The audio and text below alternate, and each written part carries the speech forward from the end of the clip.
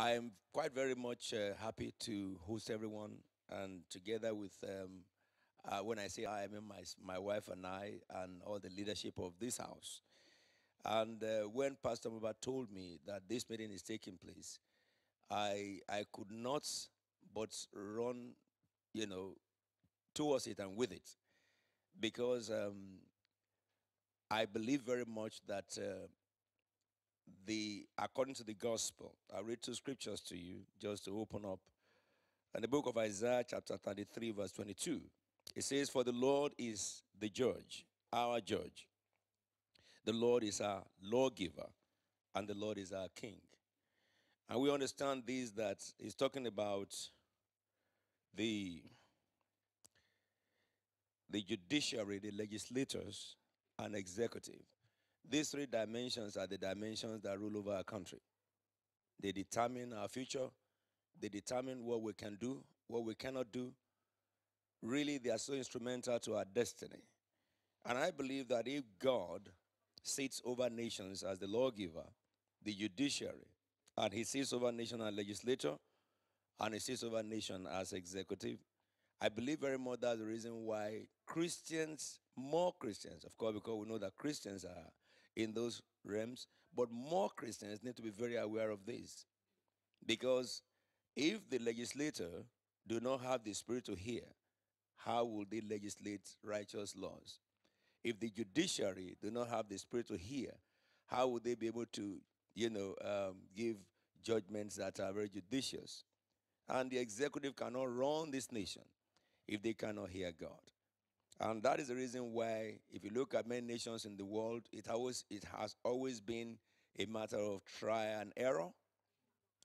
And currently, you will agree with me that all economic principle, political principle have failed. And the whole world is crying, "Where are you, the church of God?" And the second scripture that I want to give you, it's in the book of um, Matthew, very, very briefly. In the book of Matthew, chapter 5, in verse 14, Jesus said, "You are the light of the world. A city on a hill cannot be hid." Then he went further to say, "Let your light shine before men, not before God." I want to say this. I haven't been in this country for over 35 years and been involved with ministry in this country for over 30, probably about 33 years in ministry in the United Kingdom. I can say to us that we, the church, have sat in-house for too long. We let our light shine before God. God didn't say that. He said we should take that light out before men. And we owe God, you know, we owe God a judicious, judiciary. We owe God a godly legislators, and executive. And be, we cannot achieve this without knowing what is the mind of the legislator, what is the mind of the executive, what is the mind of the judiciary. And we cannot effect any change without being part of them. We cannot. I told myself years ago that I'm fed up of praying without participating. And I'm fed up of protesting when I should be acting. And so I gave myself for the rest of my life to studies, to look into the areas in this nation that this nation will need my service. And I think I can say that to every one of us. We can take a decision from what we hear today, that how can I participate? Not blame game, but how can I participate? You cannot blame what you are not part of. So, and I believe very much that we have credible men, Dr. Moa, Brother Moba, and others will be speaking today. I want you to listen very intently with your spiritual ears, so that the questions we will ask them will be questions that is geared toward, construction, be constructive question, something that I don't know. If I know, then I can join and I can do X, Y, Z. I believe we understand that. God bless you all, Pastor.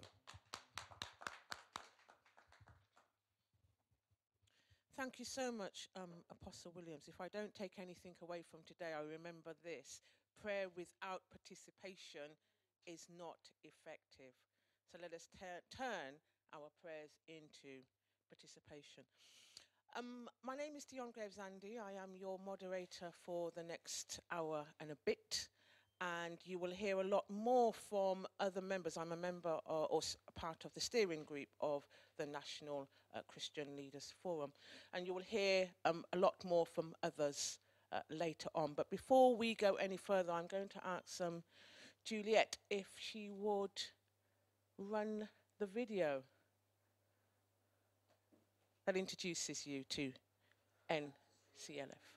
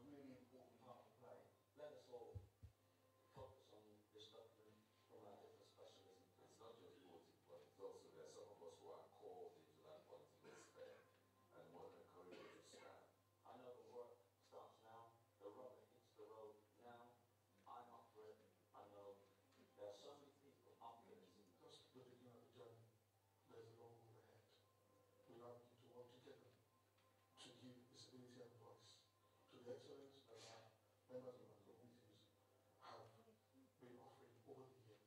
This is a time of hope for the church. Great leaders live to bring solutions to their communities. That's what leadership is about. I think today the church took on leadership. Let's combine ability with opportunity so that we can impact much for this country.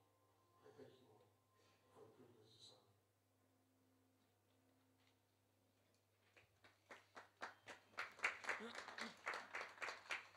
And without further ado, allow me to pass on to NCLF's co-chairs, Pastor Ade Amuba, and he will be followed by Dr. David Muir. Please put your hands together.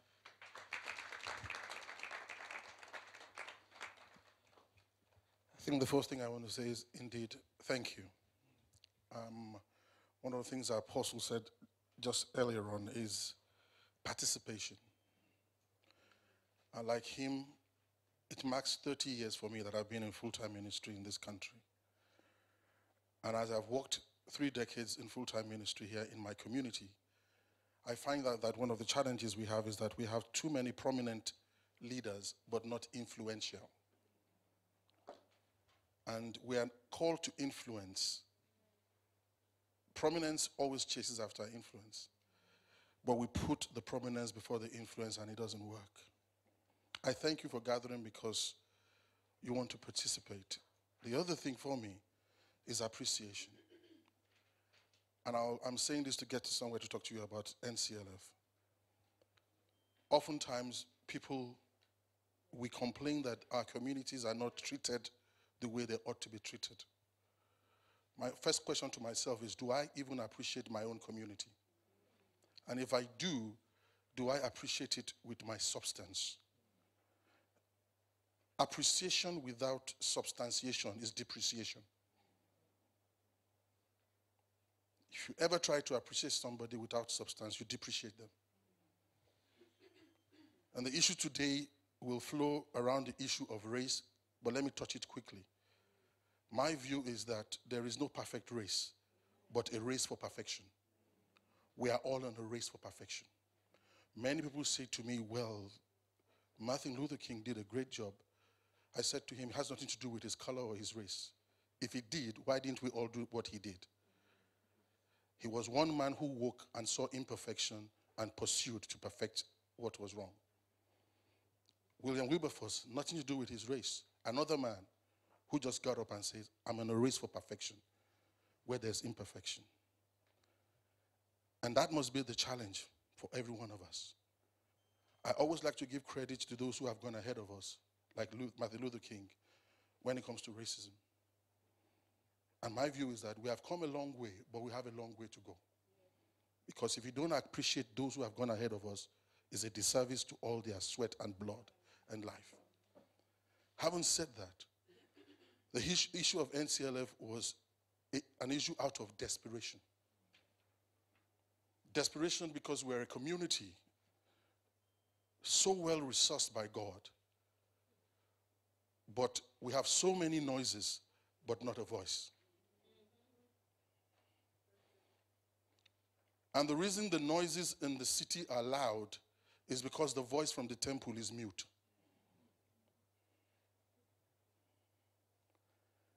And we all do great works within our communities, but the cohesive and coherent voice to speak with, we lack it. And often it's that cohesive voice in the community that brings about some of the recognition and credibility that the great works that each one of us does is given. If we all want to go and connect with media, law, and government and communities just with individual voices, it can only do so much. And the whole essence of NCLF is almost like a situation of a woman I read in scriptures who had floods of issues. It was so deep, I call it floods, but it was 3. She was in a home whereby she was mocked by the husband's other wife. And she was barren, number 2. And she lived in a community that the church was basically dead, in Shiloh. But one thing happened from one woman. She decided it cannot be business as usual, going with my husband to this place and doing the same thing year in, year out, and my situation isn't changing. Her name is Hannah. Hannah got desperate about her situation and decided to do something desperate. That even Eli the priest looked at her and said, "You must be mad or drunk." "I'm not drunk," she said. "I'm desperate." Because she saw her do things different from the way she used to do it. And what did she do? The very thing she's asking for from God, she was ready to commit it to the community. The very child she's asking for, she went to pray, desperate prayer. "You give me this one child, and I'll give it to you to serve generations." And with one woman's desperate situation, her reproach in her family was gone. Her barrenness was gone.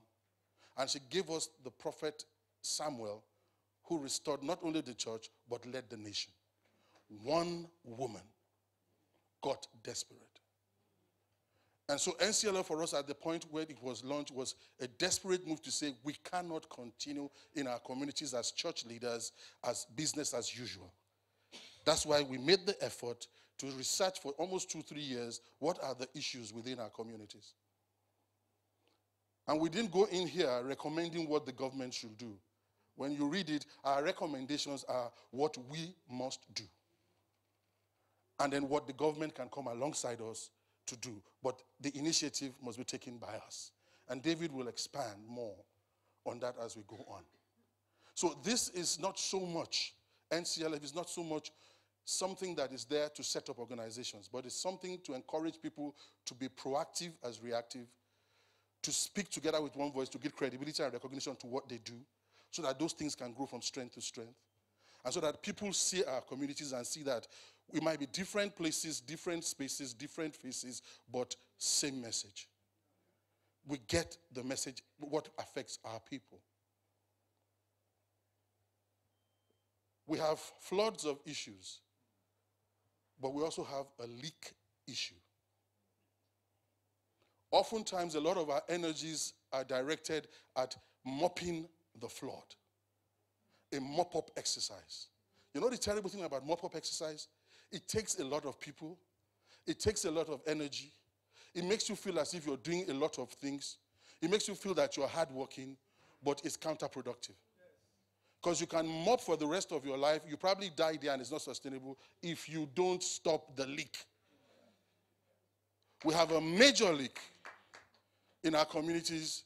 And at times when I see some of the solutions we're putting out there, the solutions are dealing with the flood, but not the leak.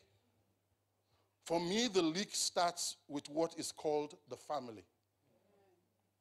You destroy a family, you destroy nations. Now, what destroys family? Destroy marriage, you destroy family. And today we are seeing why the enemy knows that more than we do. That's why the target of the enemy globally today is, I will destroy marriage. I will distort this thing called marriage, make it confusing. You see, I will sell them a lie, tell them a lie, and clothe it with good arguments. I will complicate to implicate them. And we're all falling for it in so many ways. But that's where the leak is. You're going to hear from somebody from Gangline earlier on. You're going to hear from somebody talking about the issue about diabetes and the NHS. You're going to hear from a director from the Home Office here later on about the issues. But I'm saying something to you. If we don't go back and begin to deal with the breakdowns in our families, because that's where it starts. Where the father is not there or the mother is struggling, has no time for the children, and the children can do whatever they like, then you have them going into gangs, you have them, all manners of situations. Domestic violence, abuse, all happens, it's right there in the family. That's where the leak is. But how often are we focusing on the leak? I've gone out to so many places, and I see the mop-up service, and they're enjoying it. But there is a leak. It's called the family. It's called marriage. I'm begging you that we are the carriers of this godly institution called marriage, called family. Jesus constantly describes his body as the family, his family. Personal. It needs our help. We need to speak on. That's what NCLF is all about. A voice from the temple to speak to the noises in the city, so that we can become again the authoritative and prophetic voice to this nation. Please, the collaboration, and I was very happy to be with Marcia Dixon. I hope she's here. And yes, and Les Isaacs and Ron Nathan and a lot of them at the Synergy Network and Ascension Trust, which is another beautiful coming of leaders and projects together in our community, knowing that no one can do it alone. And I love what they're doing there. Let's bring more of us together. Let's do it together. I will finish with saying this.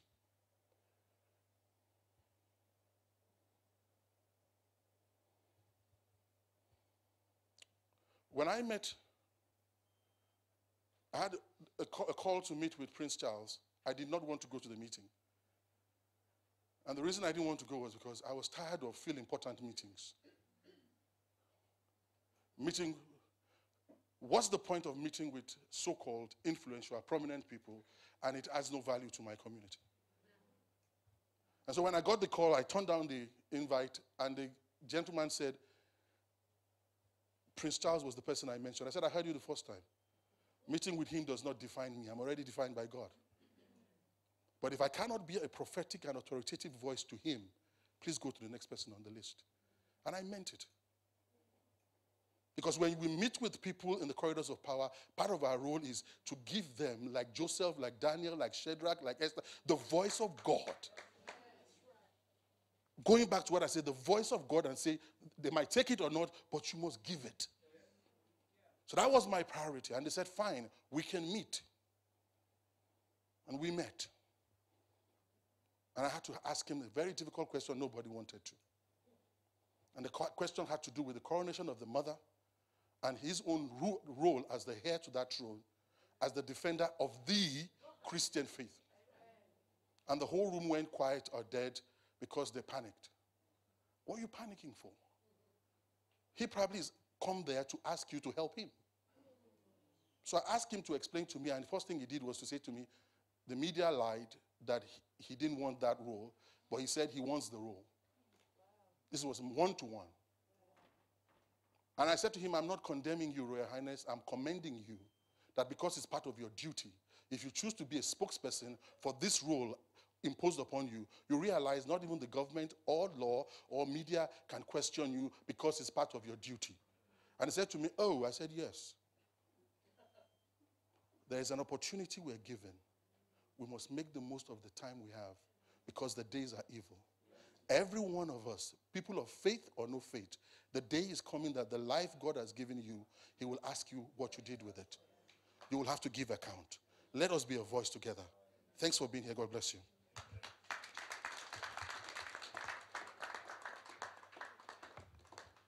Thank you very much, Pastor Ade, and again we must give honor to Apostle Williams, my mentor and lovely friend and pastor, for this great historic building. And can you hear me at the back? Oh, you're recording, so you want to hear my voice even clearer than normal. Okay. So thank you very much for coming. And what I find always fascinating about these types of meetings are the people that come. I'm never really concerned about the people that don't turn up. I'm really concerned about those who make the effort against the cold, against the traffic, to be here. And so thank you very much for coming.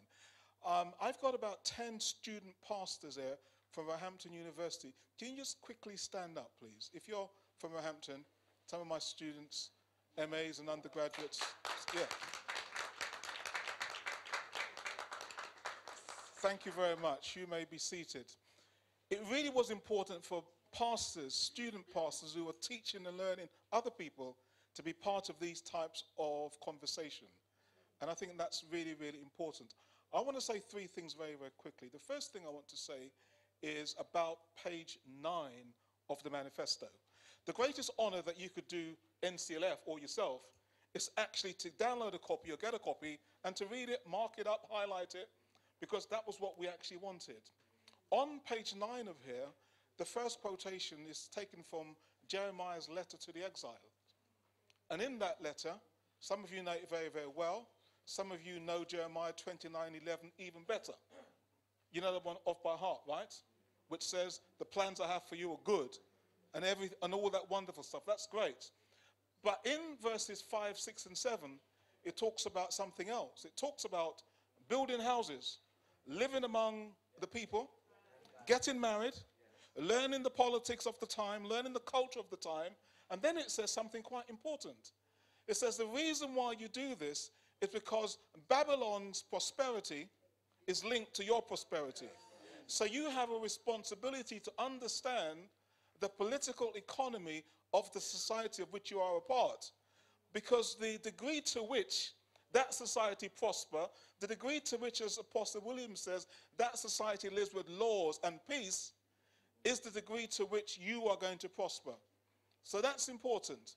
So on page 9 onward, we talk about the church and what the church can do and must do. The second thing I want to say is that Tom Wright, some of you know Tom Wright quite well. Tom Wright, Anglican bishop, writes at least one book every year, sometimes even two. And in one of the books that Tom wrote recently, it's a very interesting book, I think. I use it for my students on the MA course. It's called God in Public. God in Public. How the Bible speaks truth to power today. The things that Pastor Ade was talking about, the things that Apostle Williams was talking about. In other words, you can't be salt and light. And that's a lovely metaphor, salt and light. You can't be salt and light unless you are salt and light in your context. Apostle Williams said it absolutely right. Fell up of praying without participation. Jot that phrase down, it's important, and you heard it here first. Okay? Prayer without participation is a waste of time. In other words, you have got to become the agent of the thing you're praying about, isn't it? Unless you do that, salt and light doesn't mean anything. And we know that too much salt can make you sick. Yes? No? Yeah. Too much light can blind you. Yeah. And we have a lot of lights in churches. And Apostle Williams again says, the light has got to shine, not in church, but outside in the world. That's why politics is important. Yeah. And the other thing is this. The manifesto has got 9 sections. And again, please read it. We haven't got time to go through it. But we came to those conclusions in a very, very simple, user-friendly way, with biblical quotations, with some political analysis, but with some real experience. And what we're saying is, what's the current state of affairs? Okay? What must we do? And what has the Bible got to say? We think the Bible has got a lot to say about most things. Okay? But you can't know that unless you understand something about the current situation. A few days ago, my daughter, before it went live, before the Independent reported on it, before the Evening Standard reported on it, my younger daughter, Rashida, was incensed and upset and angry that a young black boy was in hospital with a bruise on his brain because police officers from the Met thought that he had stolen a mobile phone. And you can go and Google the picture. His name is Terrell, and he's hospitalized. And she was incensed. Another thing to me is, Dad, do you know about it? At that time, no, I didn't. What are you doing about it? So what can I do? Well, the first thing, I go and call my friend Ben Owusu. I think Ben is here. Ben, are you here? Please stand up quickly. Ben Owusu has been the independent chair of the Metropolitan Police for many, many years. Some will think he's not doing anything important, but he is. Because when these things happen, we need someone like Ben who's going to be there to speak into the situation, to know what's going on. Someone like my other friend here, John, who I haven't seen for many, many years, working on these racial justice issues. The manifesto touches all of those things. The manifesto talks about marriage and the importance of doing marriage and not to be ashamed of being married. You know, that's important, isn't it? We even touch the controversial thing about same-sex marriage. Of course we have to. We talk about youth and we talk about crime. We talk about the prison system. We talk about education. But I want to leave you with something really, really important. It's all there in the manifesto. And it's this thing we talk about, the incarceration of young black men. We get very upset when we think about what's happening in America in terms of black men in prison. But let me tell you something shocking. In percentage terms, there are more young black men locked up in the UK than there are in America. In percentage terms, more. In the manifesto, we quote an American legal jurist, a black woman called Michelle Alexandra. And she wrote a book entitled The New Jim Crow. Have a look at it. It's all in there. And what it's saying is that now people are making profit in America out of the incarceration of black people.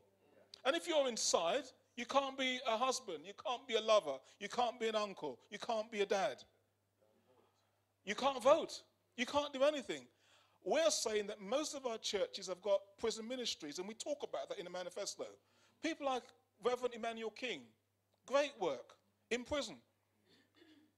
Reverend Ronald Nathan did some work in prisons a few weeks ago, and you go in there, and you are confronted for the first time. He told me, first time, so many black men he's got to talk to. Brothers and sisters, in the manifesto, we're not trying to beat up the government, but we're saying that we've got to own the problem.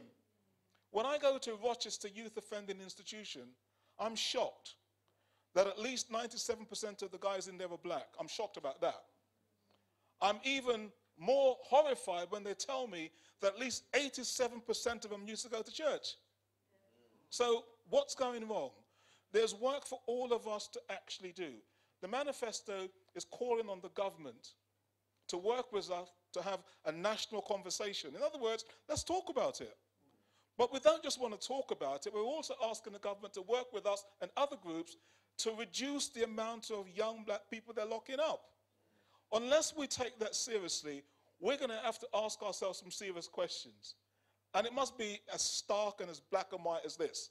Are we more criminally minded and criminally intended than anyone else? Yeah. And if you don't want to have that conversation, you've got to at least ask yourself some serious questions as to why it is that when our young boys and girls come before the courts, they get a custodial sentence, when other people get talking therapies. Why is it that when police officers have the discretion to say to a young black driver, your lights are broken, or you're going too fast, keep an eye on things, right?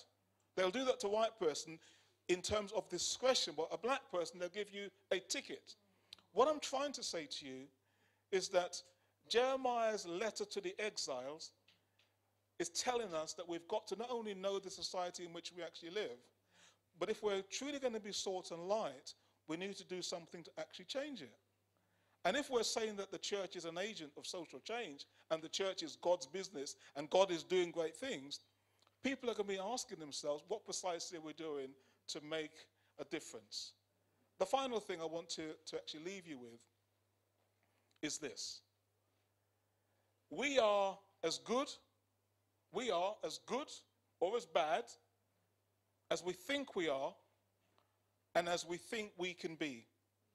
We're good as bad as we think we are, or as good as we think that we can be. And I believe that we have an opportunity now to really make a difference. So I'm hoping that Ben Owusu will challenge Cressida Dick, that John will challenge Cressida Dick to ask themselves serious question about a young teenage black boy being stopped by a police, and the next thing he's hospitalized and he's got brain damage. Right? Why is that? You need to ask people. For, not my sins, I almost said for my sins, but I spent many years running the police service as an independent member with Ben and other people. And we were encouraging young black people to join the police service. How can I now, in good faith, say that when those things are taking place? So Tom Wright says, God in public. Well, Jesus' first manifesto was to declare that God has anointed him to do stuff. And what's the stuff he got to do? Proclaim justice, talk about peace, and challenge those in authority to be accountable. I believe, as the manifesto rightly says, that we have a responsibility. And so I'm happy when I see people here, because you've come out because you wanted to. But I now want you to go back wherever you are and to start to do more than you're doing now. If you're not involved in prison ministries, find out what's going on, get involved. If you've got young people in your churches, in your community, who want to become local councillors, encourage them, pray for them. If you've got people who are aspiring to be politicians, make it happen. You saw David Lammy on there. What's he saying? It's no good talking about it. You've got to participate. And we're saying that if we're serious about our faith, and if we're serious about what the Bible says about praying for the society in which we live, because the degree to which the society prospers and lives in peace is the degree to which we will prosper and live in peace and to be free to proclaim the gospel. So may the Lord bless us all in what we're doing. And we're all called to do different things, but we're all called to be salt and light where we are. Thank you.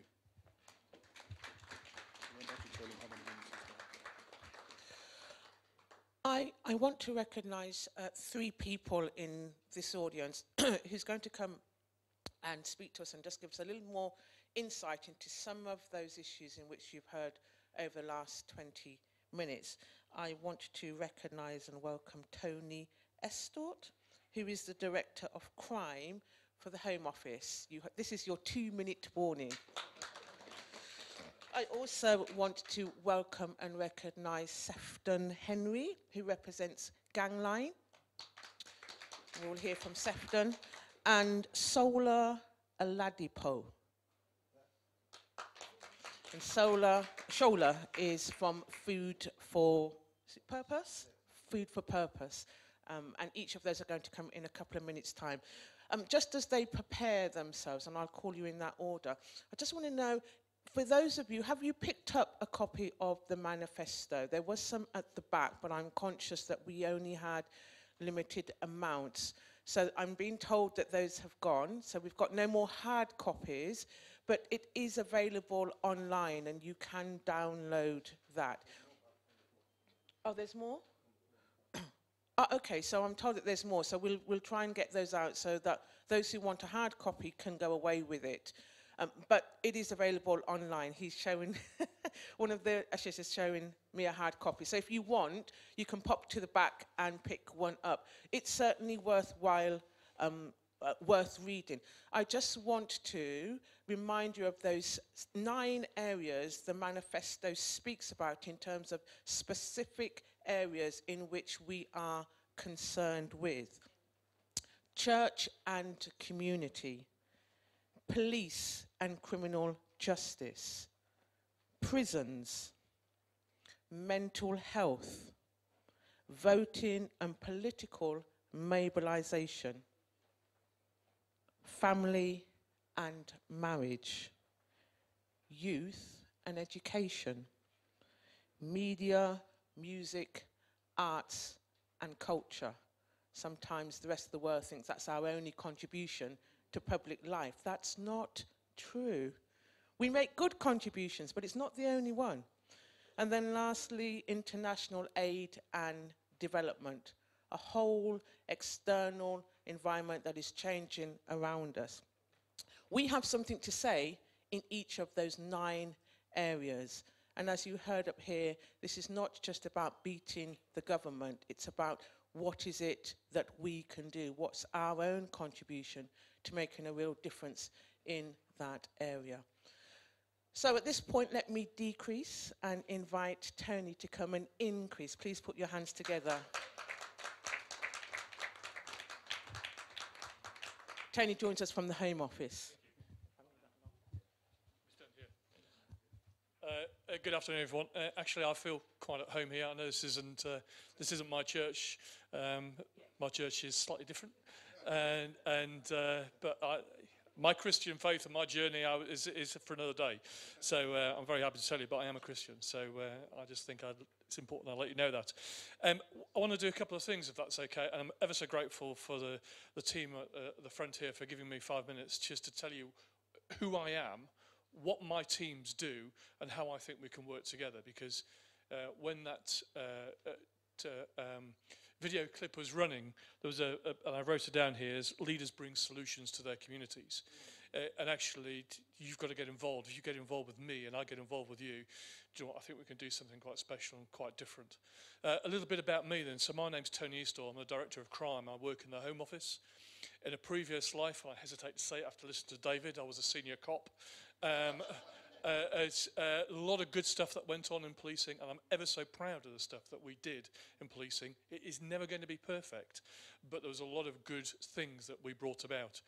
My experience is that we brought about those changes and that vibrancy by actually better engagement with communities, where communities then held us to account and then started to put us on a pedestal to say, well, you look after us, therefore we want to hold you to account, we want to bring you to audit around the things that you do.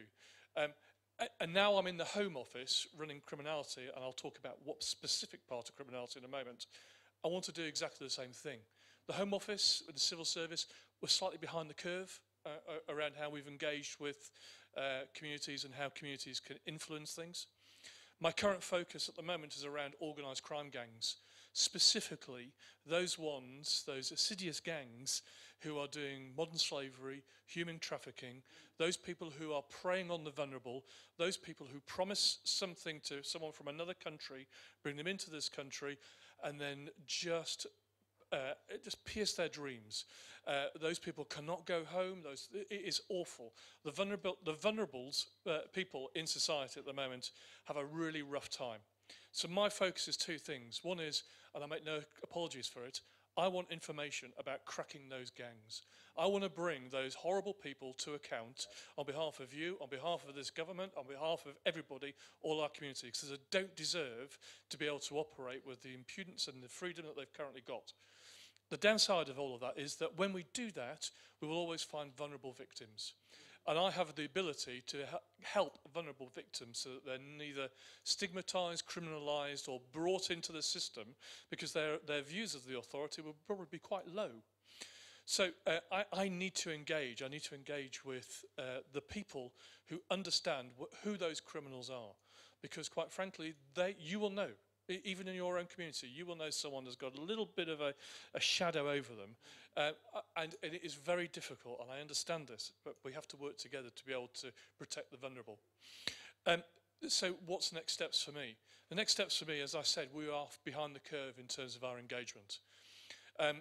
David mentioned Ben and John and a whole series of other people. We're using the skills of those individuals and many others to be able to do what we did in the early days of policing. We haven't got the time to do it in the way that police did. We need to accelerate and push forward. And so I'm here with a plea, actually, and that plea is decisions get made by those people who turn up. You have got to turn up and engage with me. You have got to put me onto account to be able to do things differently. Let's call it is. I am a middle-aged fat guy. I am a civil servant. I do not know the things that you know. You need to, but what I have got is the passion to make a change. And you need to help me. You need to mold me so that I make that change in the right way and quickly. So today was just about standing in front of you and letting you see, the whites of my eyes and who I am, and hopefully you can make an assessment. Is he truthful or otherwise? I have absolute integrity around doing this. I would love to do it with you. There will be a whole series of different forums we will pick up where we can have proper in-depth conversations and really chew this one over so that whatever we do it properly. And I would love you to be engaged. And so it's basically a plea. Please engage with me. Please let me know. Help me. Bring your intellect, your views, your passion to it, and we will make it happen. Okay, thank you very much for the time. I'm very grateful.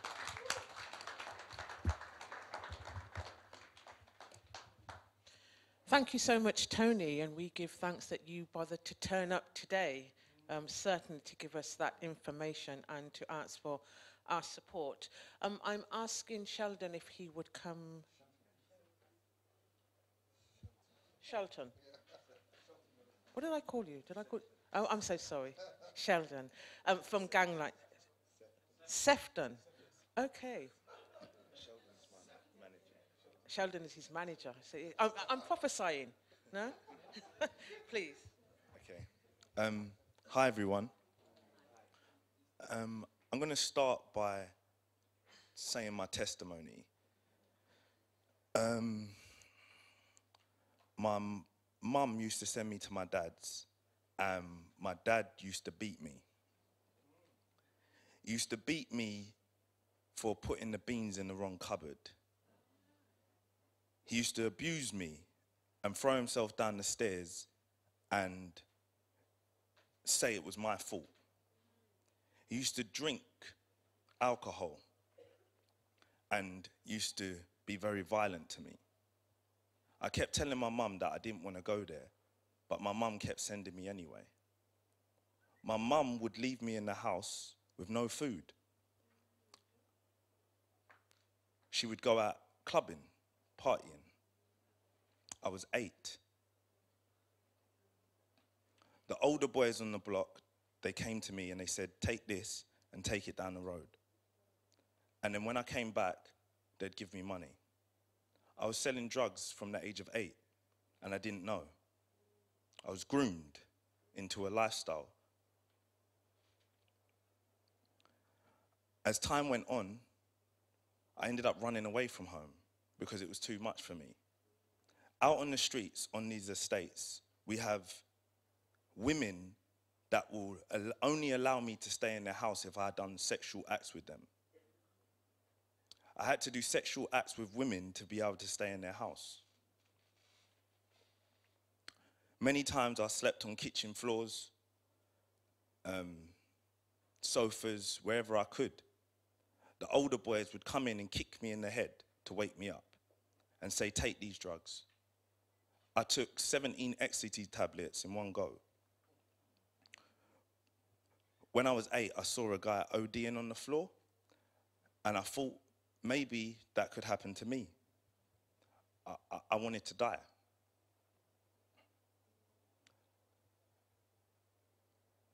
In these houses, the things that you'll see happening on the streets, many grown-ups wouldn't understand. They don't see it. I saw a guy get a samurai sword down his back. I've seen guys get their nose bitten off. One guy pulled me out of the house, took me into another house while he was beating his girlfriend and said to me, watch. And he was like to her, if I can't have you, no one can, and cut her vagina from side to side. When I'm talking about young people are desensitized to violence, it's so real. And sometimes you've got to hear a real story for you to actually feel it and understand the problem that we're in. I would run out the house and I'd be out on the street. And a lot of older people would say, oh, shouldn't you be at home? Or the police, what are you doing outside? But not knowing that it was worse for me at home than what out on the streets. The older boys came back to me and I started selling drugs again. But this time because I never had no food. People was calling me a tramp, a ponce. They was putting me down.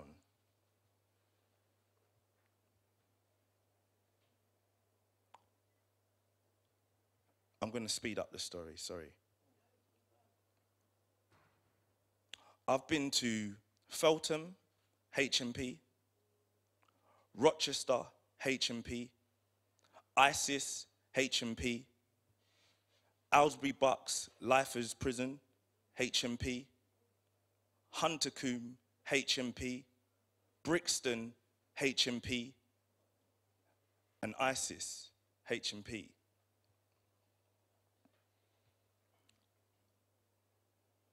I pretty much started the Woolwich riots in 2011. I was hurt.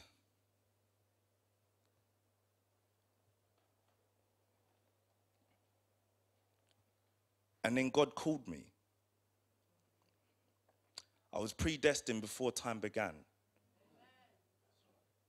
And he had a purpose and a plan for my life. And as I heard some of the things that was said, God has called me to do this.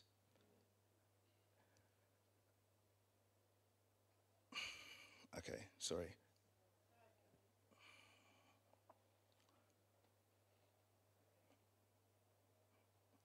I am the voice of the people. I've been saying it for about 6 years since God called me, that I am the voice of the people. From South East London, I'm affiliated with all gangs. I'm affiliated with the whole of the streets. I've been shot at, stabbed in my face, stabbed in my ear, bricked, bottled, run over, you name it. I've had it. But God has called me out of the darkness into his marvelous light. Now, two things that I just want to say. One, I work for a company called Gangsline. We go up and down the country delivering training to all government staff in London. From police officers to teachers, yacht teams, DWP, family around the child, you name it. Every government staff you could think of. Fire people, you name it. And we deliver training on understanding gangs, understanding street culture. Because this culture is now spread all across the world. And it's a dominating culture. So it doesn't matter if you're black or white. White people also speak this language and walk and talk and listen to the music and everything else. From middle-class homes, we go up and down the country. In Liverpool, Toxteth, Leeds, Sheffields. You could go any place. And the generation, my generation, the culture of it is dominating. I believe that we need to have that understanding. And at Gangsline, we deliver training. And I believe that the church also needs to receive some of that training to understand what's actually going on with the young people, to know what it is, because some of the things are embedded. They're like morals. When you have morals, they're indoctrinated. So the person that groomed me, I see as my older. And I still see it even to this day, but I know he groomed me. They done wrong to me. They forced me to take crack cocaine. I got addicted to crack cocaine when I was 12 years old. Them same people that did that to me, to this day, I see them as my elders, because they was there when nobody else was. And Maslow's hierarchy of needs says, when your basic needs are not met, you're likely to go elsewhere to find them. So I found myself in these places like prison. I got a shelter, a bed. Now wait. Thank you, Jesus. That's revelation. I got a shelter, a bed, drink, and food. And the Bible says, if you did it to the least of these, you did it to me. He did not say so much big spiritual things. They was natural things. And I got them in prison. So I kept going there. The next thing that I wanted to say, sorry. The next thing that I wanted to say is that God called me and he gave me a mandate. I surrendered because when I was in jail, I read the Bible from back to front, and Emmanuel King was one of my pastors. It says, I beseech you therefore, brethren, by the mercies of God, that you present your bodies a living sacrifice, holy and acceptable to God, which is your reasonable service. And be not conformed to this world, but be transformed by the renewing of your mind. Now, to not conform is to not comply with ways and standards. And there's ways and standards of this world that we should not comply with, in the sense of if it's wrong, evil, wicked, sinful, and so on. The Bible also says in Genesis about having dominion and subduing the earth. It also says if a kingdom be divided against itself, that kingdom cannot stand. So God gave me a mandate, and as time went on, many things have happened.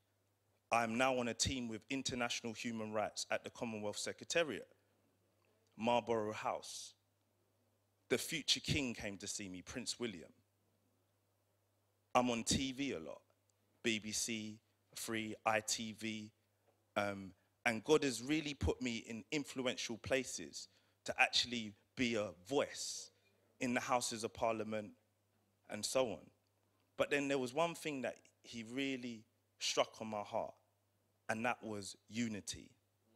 He says that he give gifts unto men, some to be apostles, some to be evangelists, some to be teachers, for the edifying of the body of Christ and for the work of the ministry, so that we all come to the unity of faith. A unity of faith. When we come together in unity, there is power. We have strength, one mind and one accord. Now, there's a movement that he asked me to start, or he called me to start, should I say. It's his movement, it's not me. And it was unity. And in this movement, this is what he was laying on my heart. That if 1 billion people put a pound on the table, that's £1 billion. We say that we don't have, but we actually do have. But it's because we don't work together, we don't have. In the story of Babel, they all came with one accord and built a tower, and it was going to go to heaven. But God was like, I've got to come down off my throne, because these people are actually going to achieve what they're doing. And that shows the power of unity. So the movement was what I believe, and I think with your help, you could direct it even better than me. But I believe that God has been saying to me is that what we would do is we would empower the communities to empower themselves. Because a lot of time we go to other people for help, but then sometimes they're not listening, or something's up. Somehow we could actually do it among ourselves. So we would go to communities and we would regenerate it. Say if we had 1 billion followers that put £1 in, we could go to one place, £1 billion into that community, done. That's just £1 out of our pocket. We could go to another place, £1, 1 billion, go to there, do the same thing, and keep going until we've done it. And what we would do it in, we would do it in the name of the Lord. They will know that Jesus came and visited them. When, I don't know if you've heard the story of the millionaire, the secret millionaire. He comes and he blesses them and they glorify God. They glorify God. They say, oh, thank God, thank God. And that's what they would do. We wouldn't even have to preach, because Jesus always met people on their need, at their need. Last but not least, for Gangs Line, we're going to send out the booklets. Basically, I really urge you to receive that training, because you will get a clear understanding of how young people or this culture sees life, because they're the next generation coming up. And if we don't implant something into them, then it's, yeah. Thank you so much.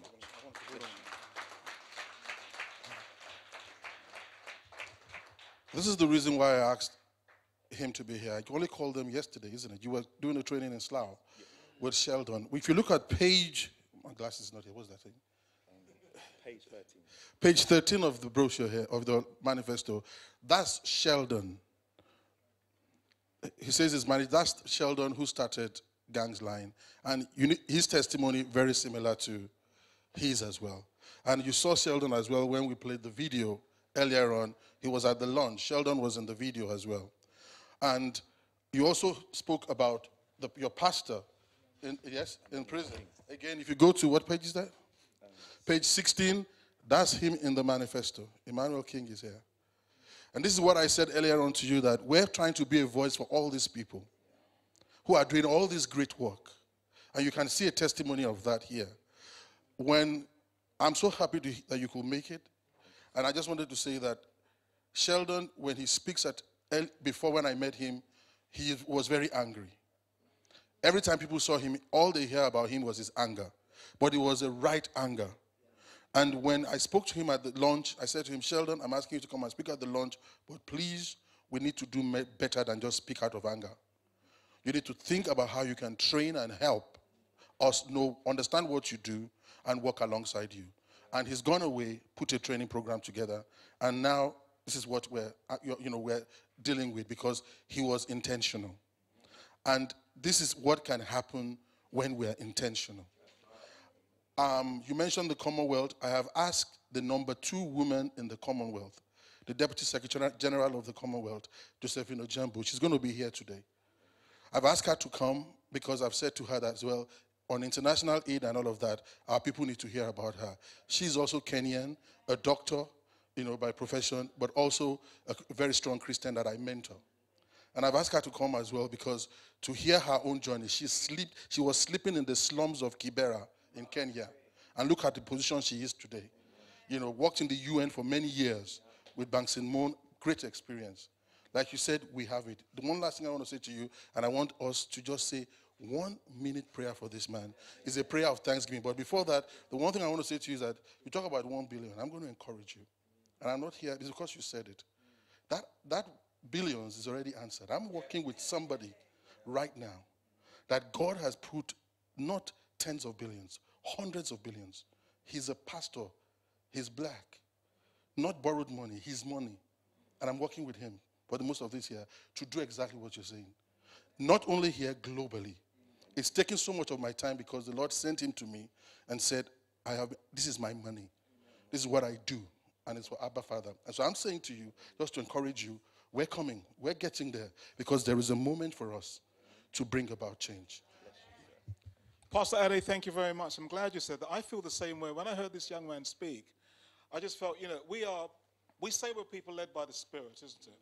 I want us to pray for this guy. I'd like Pastor Marcy to come and Apostle Williams, just to lay hands on him and just quickly pray for him. Because I think we've heard something powerful. And we really thank God for his life. And just stretch your hands towards him as Pastor pays. Can I do one thing? I want to give him a mother's love. Can I give him a hug? All right.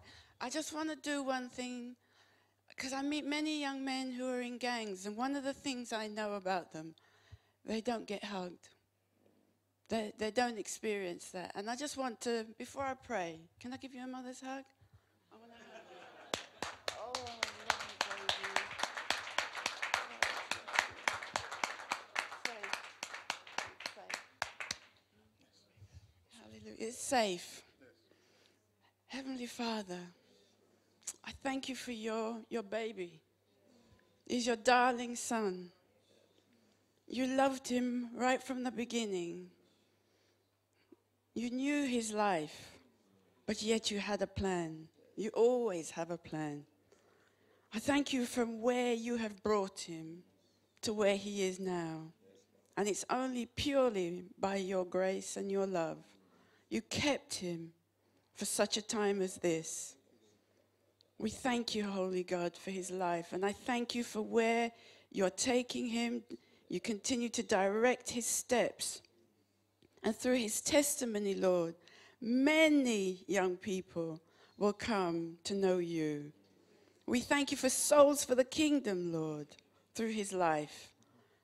And we thank you, Holy Spirit, that you give him mothers and fathers who will love on him big time, love him practically, love him spiritually, love him socially and emotionally.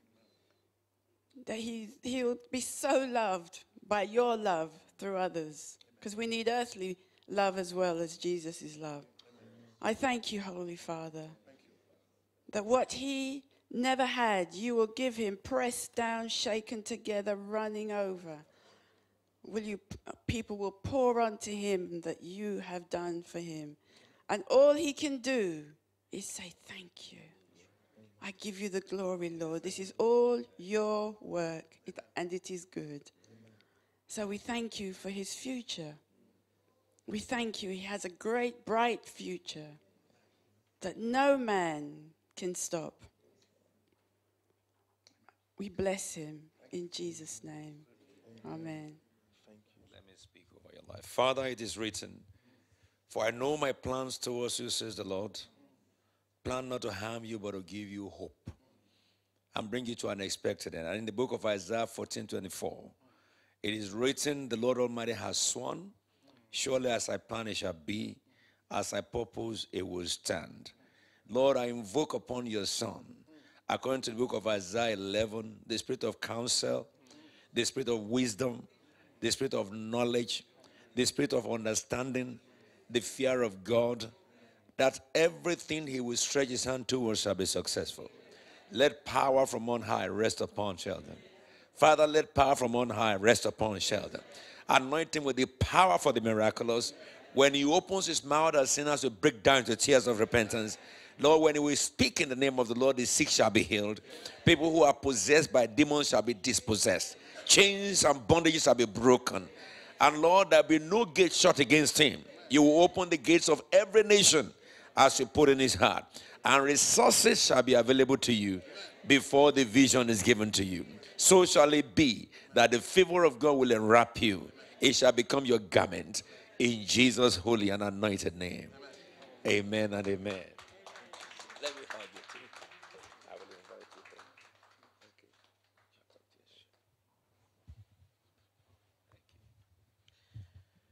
Thank you so much, Sefton. Although I got your name wrong to begin with, I will not forget it again.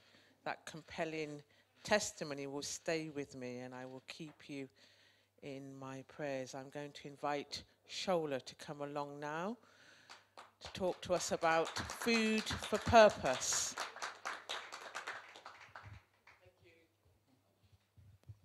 Thank you very much. Good afternoon, everyone. How's everybody? So I'm a North London girl. My parents are from Elisha, where God lives. So I can either be Shola or Shola. But today I'll be both. I'll be both. And it's great to see so many black leaders, actually. Thank you, Pastor Ade. Thank you, Apostle, for accommodating us. Thank you for my amazing husband and to my amazing mentor who's prepared me for a day like this. She's always saying a day will come when you can share your message. So what's the message? Well, let me throw this at you. If I said diabetes, hypertension, gallstones, debilitating diseases, I know probably if you're from Africa, it's this, blood of Jesus, blood of... Can I put it to us that the blood of Jesus doesn't cancel calories?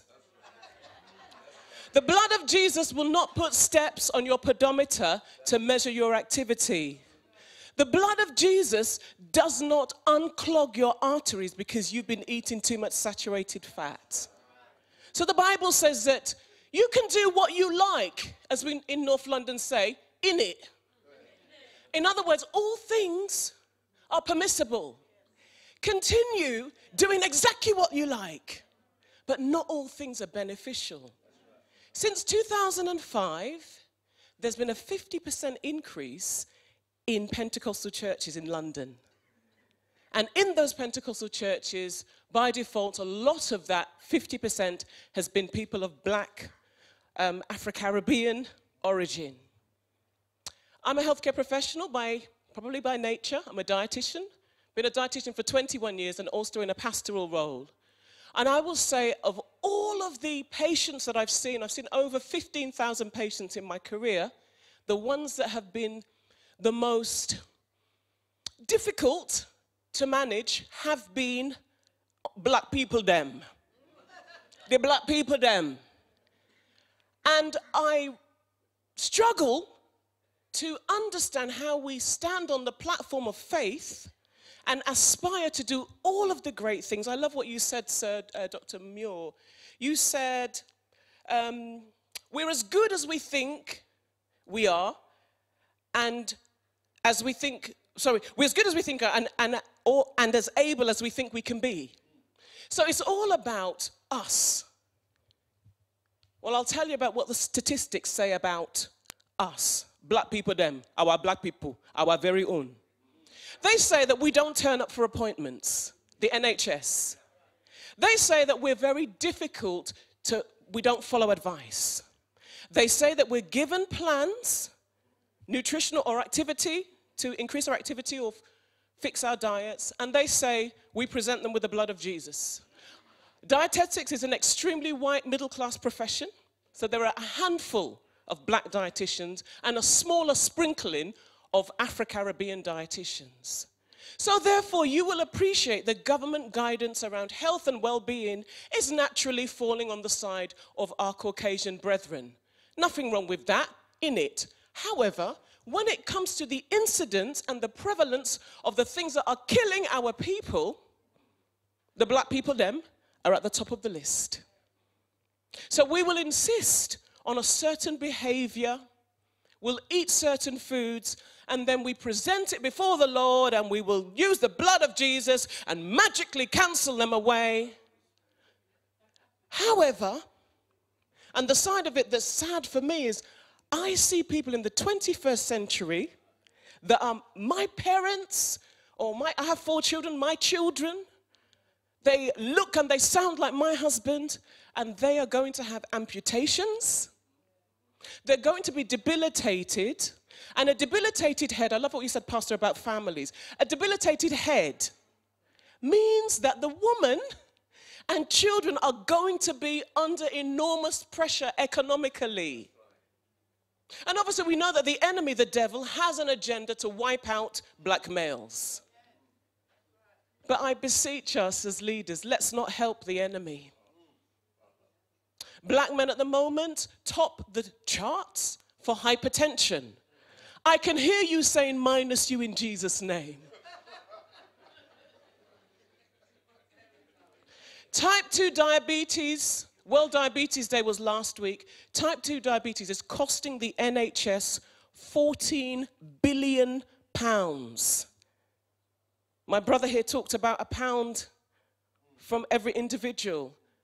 Sir, you talked about us being part of the solution. I believe that the black church needs to be part of the solution when it comes to health and well-being.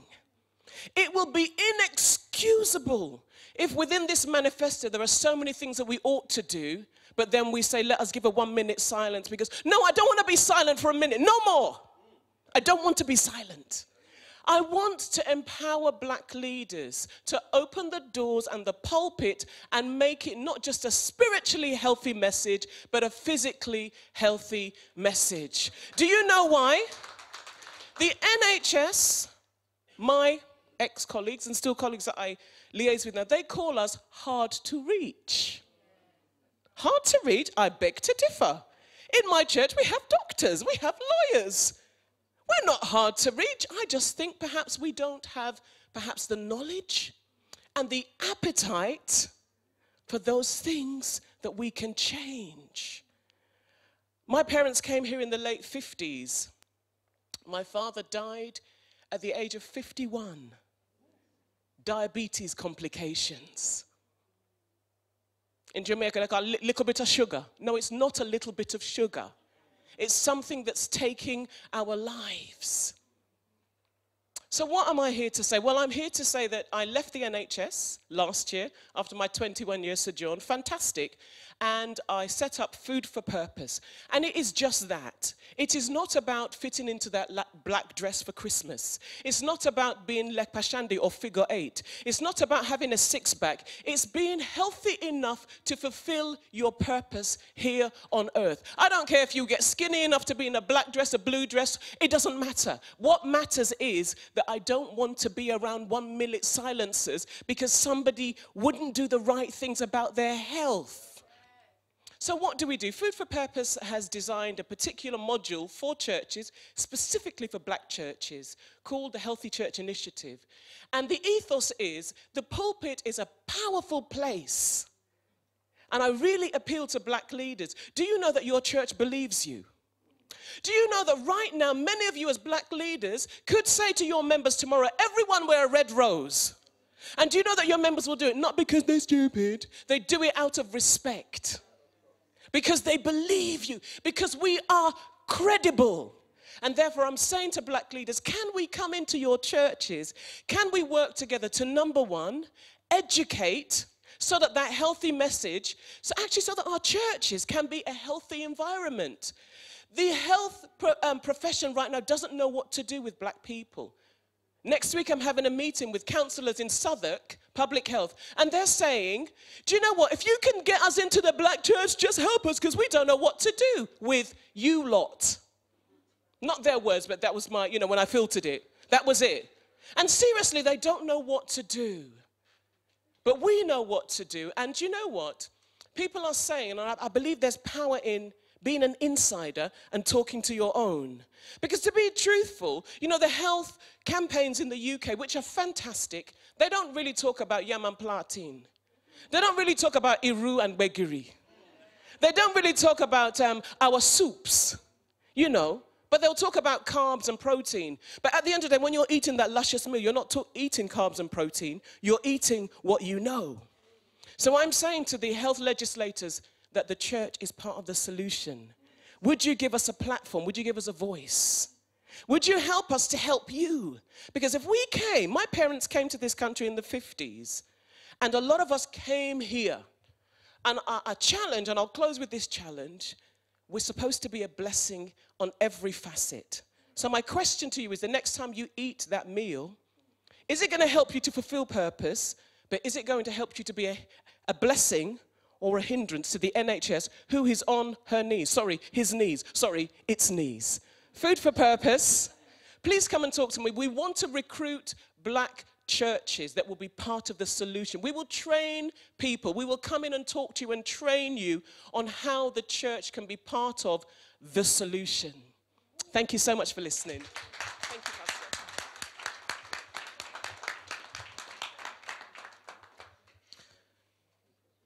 Sola. I want you to know that you have blown apart tonight's dinner, tomorrow's dinner, and the week ahead's dinner. And maybe I will survive on some salad and something, huh? That was compelling, no? Our lives are at risk. Time has gone, so I'm just not going to repeat what she says. But I think if you can help us with how we can get our hands on the Healthy Church initiative, whether that is... Please do. Before you leave, please take the leaflet, and whatever is in your mind for dinner tonight, no. No. Not tomorrow and not during the week. Think about our planning. But I was so looking forward to the food tonight. Huh? What am I going to say?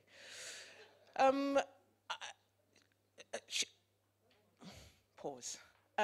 We just heard that in 2005, Pentecostal churches, we know that there is a twofold increase, and it somehow feels that there is growth, and we are multiplying, and that is good. And I use that as the framing to welcome our next guest, Elaine from Pentecostal Credit Union.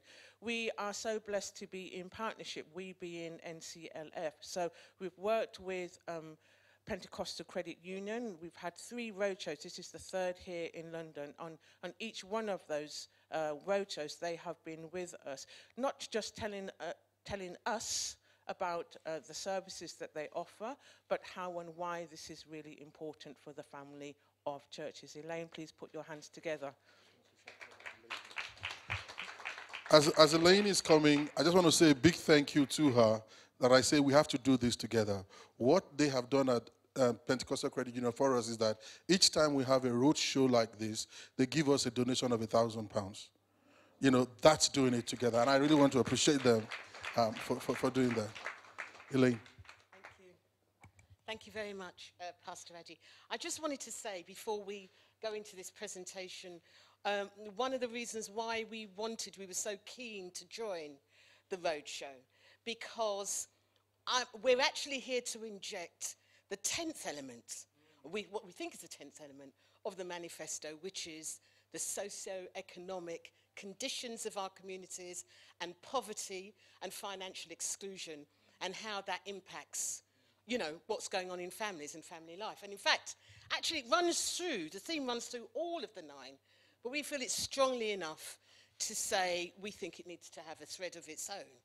And we would say so, wouldn't we? But, one of the reasons why we would say so is because us at the Pentecostal Credit Union, we are concerned about what's going on in our communities and families. We are concerned about poverty and financial exclusion, and we're concerned about where it leads us. And what we really want to do, and we're trying to do, is to rally all of us to address these issues in our churches in a variety of different ways. So actually we get a different outcome and we can start to financially empower our communities, which is actually what I want to talk to you about today for the next 10 or 15 minutes. First of all, can I ask you, has anyone heard about us? Has everybody heard about the Pentecostal Credit Union?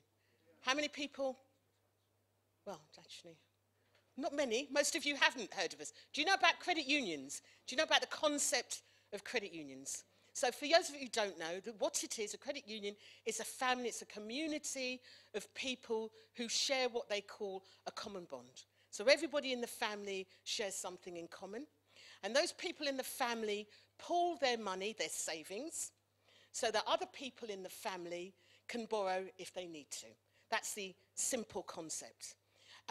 There are about 350 credit unions across the country, so we're one of them, and they all have different common bonds. Some of them would have a common bond which is about where you live and where you work.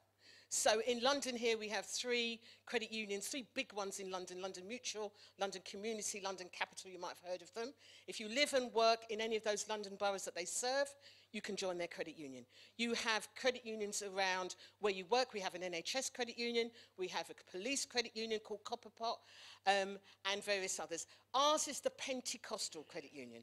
So what do you need to do to join us? Yes. To join us, to join us, all you need to be is somebody who attends a Pentecostal church across the whole of the UK. We cover the whole country, not just London and the South East. If you attend a Pentecostal church in the UK, you can join us. And I will just tell you something about why we are wonderful to join. We are Pentecostal Christians. We are you. You own and control the credit union. We are we are the second financially strongest credit union in the whole country. We are the most financially viable, one of the most financially viable credit unions in the country. We are nearly 40 years old. We've been going for 38 years. So those of you who don't know us, I don't know why you don't know us, but we've been serving the Pentecostal faith community for nearly 40 years. And this year we were voted as one of the top 10 credit unions in London. So that's it about us. So I just want to engage you now in a discussion, really. I'm not really going to be talking at you much, but I really want to converse with you about some of the issues that we think are important that I want us to talk about. So I put on everybody's chair today this case study, and I just want us to go through this case study just to start to tease out some of the issues. We're looking at poverty, debt, and financial exclusion. So here is a case study. This is typical. This is happening in our churches today, and this is Leanne. So Leanne, in church, after church, comes to see you. And Leanne is clearly in utter despair. She's been an active member of your congregation for the past 5 years. Leanne is a lone parent with 3 children and works part-time and is on a relatively low income. She claims lone parent working tax credit and other relevant benefits. Over the past 2 years, Leanne has become reliant on short-term doorstep lenders, borrowing regularly to pay her bills and for emergencies at a rate of up to 1,500% typical APR. I'll just say that again, 1,500% as a typical APR. She now owes over £2,000 and she's repaying £400 per month to all her lenders. Her debt is spiralling out of control and she cannot afford the repayments, having missed the last 2 months. Because she has missed payments, she can't borrow any more from them and other bills have not been paid. She's now threatened with eviction as her rent arrears have increased and she's fallen behind on the agreements that she's made with her landlord to pay. That's the story. I just want you to think about it for a moment, and then I'm just going to want to engage you in a few questions about Leanne. And I'd like you to tell me, really, what for you are the most worrying aspects of Leanne's situation? Anybody, please? Anybody just say. What is for you, strikes you, what concerns you most about Leanne's situation? Anyone, anywhere? Sorry? Poverty and homelessness. Her children. At the back there. Yes, yes, we're going to talk about that, about the interest she pays on her loan. In fact, let's talk about it now. Why do you think Leanne is borrowing at a rate of 1,500%? That interest concerns you. Why is she doing it? Do you think she doesn't understand about interest rates? She's desperate, isn't she? She's desperate. She may not, actually, she may not understand properly about interest rates, but actually, she probably doesn't care about the interest rate. She's probably not considered the interest rate when she's gone for the borrowing, because she needs the borrowing.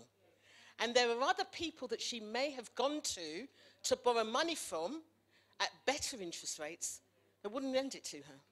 So they will give her this money and she will get it. And I will just say one thing. In this country, I would just want to tell you this. You can borrow, anybody can borrow money. You can get money anywhere. It really, really doesn't matter. The thing is, some of us will pay through our nose for it. Okay, that's what it is. It's not that if you've got poor credit, you can't get borrowing. You can, but you will pay through your nose for it. And that's what she's doing. So poor interest, high interest rates. What else bothers you about Leanne's story? Look, Leanne, you've been going to church with Leanne for years. What worries you? Yeah. Does it worry you that you didn't know? Does it worry you that Leanne was sitting beside you all these years and you didn't know? Is that worrying? That's very worrying, isn't it? So we're going to talk a bit about that and why that's the case. The other thing that's really worrying about what's going on with Leanne, which is why we know Leanne's situation is really serious, is Leanne is borrowing not for extras. Leanne is borrowing for basics. She's borrowing to feed her children. She's borrowing to pay her rent. This situation is unsustainable. She's going to be in, well, she's already in serious trouble. She's got into that place because these are the serious things that she's borrowing about. So the things that I've worried, and the things that I do just want to come back to this. She's been in church, she's been sitting next to you all these years and you didn't know about it. Why do you think that's the case? Why did Leanne not tell you before? Shame. Yeah, absolutely. People are ashamed, aren't they? This is not something that you herald. You find out about it now because she's desperate. She's on her knees. She's got to do something. That's the reason why she's come to you. But these things are happening in our churches beside us all the time. And this leads me to my next question, which is, how many Leannes are there in your church community? Well, what I would say to you is you don't know. I would just suggest to you, you don't know how many there are, but I suppose that there are. So how does this kind of thing, so, you know, you've got a worrying situation. There are Leannes in the church. You don't know where they are, how many there are. How does this affect the church? How does this affect your congregation? How does this affect your ministry, do you think? Does it? Does it? Does it? Does it? Does it affect it? It does. How does it affect it? What does it make you feel? Well, it's what we're here about, isn't it? It's about the reality of the ministry and where we're really reaching out to and where we're really touching if these things are happening in people's lives and they don't feel able to tell you about it. I'm not going to say anything more to you about that. I'm just going to leave that with you to think about. How do we address, as a church community, these sorts of issues? So, advising Leanne. So she's come to see you, she's in despair. What are you going to tell her? What would you say to her? How would you advise her? What would you say to her? Isn't part of the problem that with the Leanne story, that Yes. the church did not have an infrastructure for her to access to really, rather than going to brother or sister so and so, that the church did not have the structure within it to really, that she could feel comfortable about going to. Well, I think that is definitely part of the story. But, you know, when you talk about institutions and infrastructures around finance. Actually, Pentecostal Credit Union, we are a resource to the church. Now, I'm not saying that we are the answer to Leanne's problem, but we do provide a service. We do address these issues. One of the things, I should say, if I'm going to talk about the credit union, one of the things that you would say, clearly there are organisations like Christians Against Poverty, there are other organisations, even us at PCU, who will work with people around their financial situation and their debt. One of the things that we might do if Leanne came to us, we would, well, what do you think would be important for us to do? We make loans, we provide financial services. What would you suggest we would do? Well, yeah, one of the sensible things might be to do, listen, Leanne's paying at 1,500%. We could provide Leanne with a loan at, 12%, 10%, or something like that. We could consolidate all her debt. We could say, all right, Leanne, they're about to kick you out. They come to throw you out. We will give you a cheque to pay all of these debts, clear them all up, and you can repay all your debts in one at an interest rate that you can afford. That is sensible. Is that sensible to Leanne, just like that? Is it? Is it? I think that you're investing in her without giving her the capacity to manage investment. Absolutely. And God will not invest in you what you don't have capacity. Absolutely. I would expect you to first train her Yes. how to manage her finances. Yes. Going forward before you do that for her. Absolutely. Otherwise she'll be back there again. If we should do that, if she should come and we would just do that, within 6 months, Leanne would be back. Would she not? She'd be back with another list of debts, because actually there is something wrong with Leanne's understanding of how she should manage her financial situation. It's really, really scary. We've all been there, or maybe some of you haven't been there, but some have been there. But when money's really, really tight, and you have to look at what you haven't got and make use and make it work for you. It's a scary thing sometimes to do, and it's easy not to do it. But Leanne has to look at her circumstances, and she has to learn how to manage her money better. We would never lend to Leanne unless we were confident that Leanne was in a better position to be able to manage her finances. Otherwise, we'd be sending her right back. In fact, it could even be worse than where she is. But yes, we do that work. We do financial capability training. We are accredited to do that. But I just want to move on a bit and to look at this in a wider context. We've looked at Leanne. Can we have the next slide, please? And just look at the impacts of Leanne's situation on her life, on her family life. Stress, first of all. Of course, this is a stressful situation. Stress leads to ill health. It does. Well, stress in itself is ill health, but it actually leads to other forms of illness. Does it not, Shola? It absolutely does. It does. Your immune system breaks down. You are less able to cope with simple illnesses. You become really very ill. Physical and emotional. People can become suicidal over not being able to manage their finances when it becomes desperate. What it does to the family, somebody mentioned the children.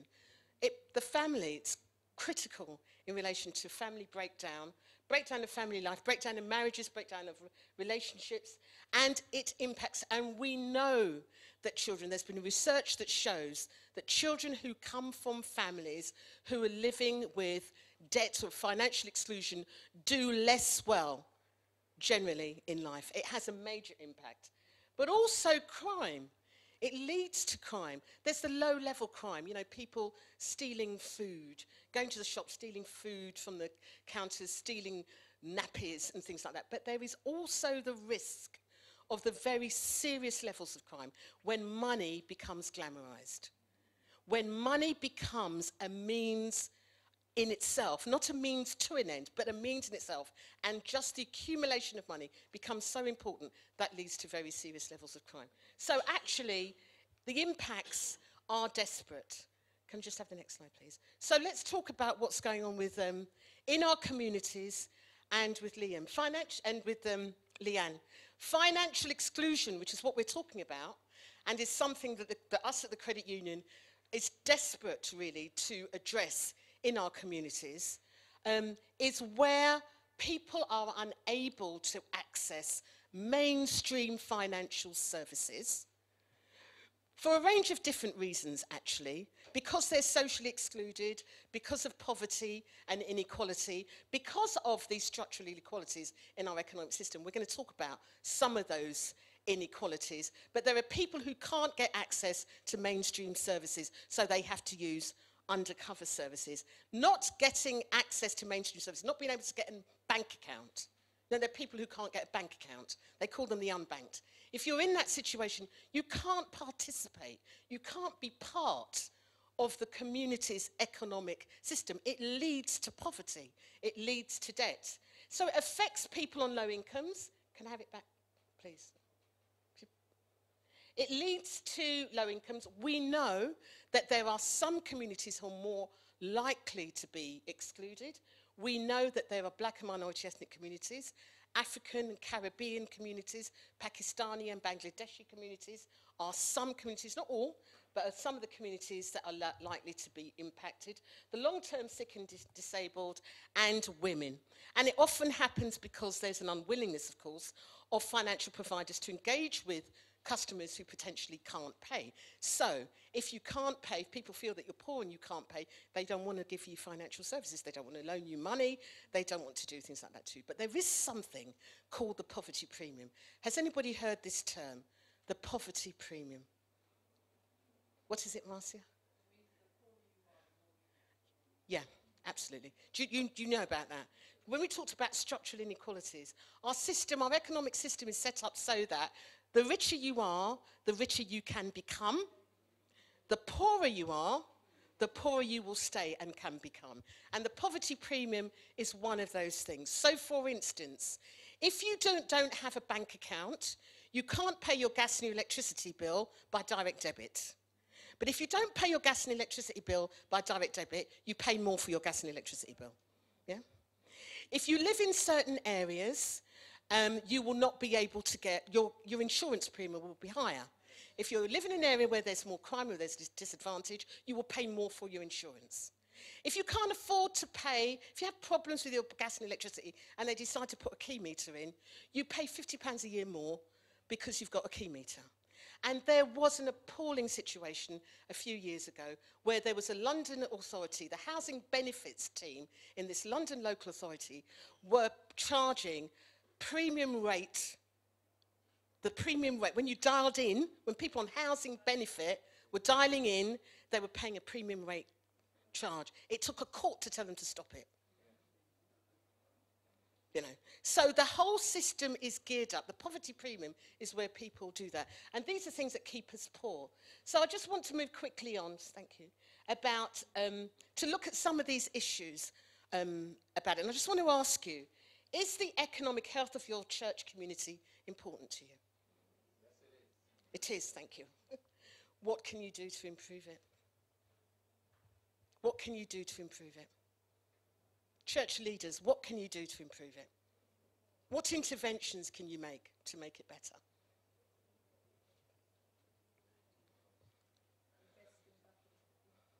Yes, investing better. Well, you know, the whole thing somebody spoke earlier about, when there are issues, when people are challenged around what's going on with them financially, how open are you to hear that?